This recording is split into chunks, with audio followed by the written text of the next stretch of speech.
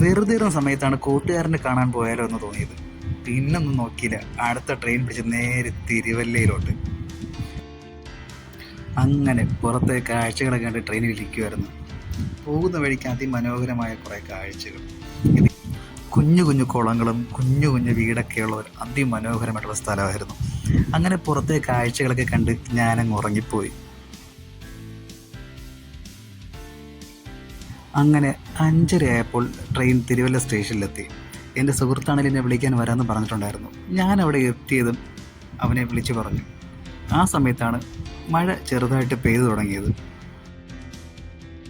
അല്പനേരം കൂടെ കഴിഞ്ഞപ്പോൾ മഴയുടെ അവസ്ഥ പിന്നെയും മാറി. പിന്നെയും മഴ കൂടിക്കൂടി വന്നു.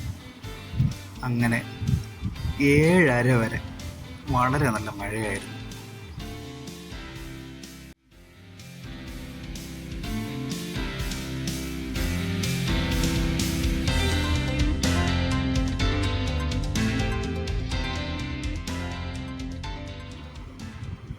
അങ്ങനെ 7:30 ആയപ്പോൾ സുഹൃത്തിനെ വിളിക്കാൻ വന്നു.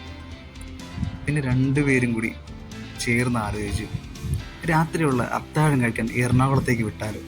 പിന്നെ അങ്ങോട്ടും ഇങ്ങോട്ടും തിരിഞ്ഞു നോക്കിയില്ല, അടുത്ത ട്രെയിൻ പിടിച്ച് നേരെ എറണാകുളത്തേക്ക്. അങ്ങനെ എറണാകുളത്ത് കുറച്ച് നേരം തേരാ പാരാ കിടന്ന് കറങ്ങി.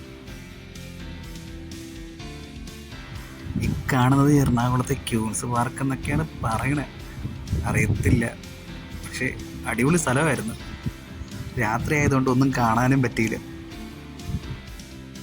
ഇപ്പോൾ രാത്രി 1 മണിയാണ്, പക്ഷേ ഇവിടെ നല്ല അത്യാവശ്യം തിരക്കുണ്ടായിരുന്നു. അങ്ങനെ കുറേ നേരം അവിടെ ഇരുന്ന് മടുത്തപ്പോൾ റോഡിൽ കൂടി ഇറങ്ങി നടക്കാൻ തുടങ്ങി.